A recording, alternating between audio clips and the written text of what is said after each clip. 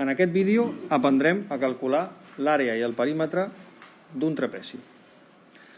Recordeu que la fórmula per calcular l'àrea d'un trapezi és la base gran més la base petita multiplicat per la seva alçada dividit entre 2. En aquest trapezi hauríem d'identificar quina és la base gran, que és aquesta, 10. Quina seria la base petita? 7.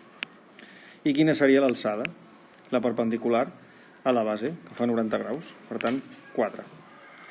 Si substituïm a la fórmula, l'àrea serà 10 més 7, entre parèntesis, per 4. I tot això dividit per 2. D'acord? Si ho calculem amb calculadora, 10 més 7 és 17, per 4, dividit per 2. És a dir, 17 per 4 són 68, i dividit per 2 són 34. 34 centímetres quadrats. En canvi, el perímetre és la suma dels seus costats. És a dir, 13 més 13 més 18 més 12.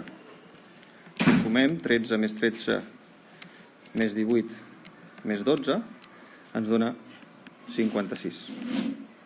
56 centímetres.